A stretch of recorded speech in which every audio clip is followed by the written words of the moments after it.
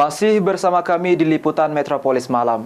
Untuk mewujudkan pemilihan kepala daerah aman dan tertib, Bupati Ogan Komering Ulu Selatan ingatkan penyelenggara pilkada agar dapat netralitas selama tahapan pilkada.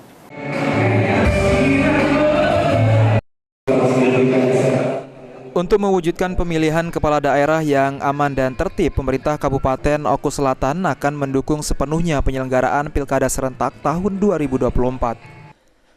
Oleh sebab itu, menurut Asisten 1 Bidang Administrasi Umum, Joni Raffles mengatakan, Bupati Ogan Komering Ulu Selatan terus mengingatkan penyelenggaraan pilkada untuk dapat memegang teguh azas netralitas selama tahapan pilkada berlangsung, serta dapat menjalankan tugas sebagaimana telah diucapkan pada saat pelantikan.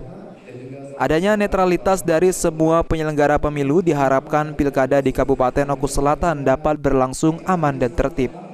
Ini dalam rangka peluncuran tahapan pemilu. Jadi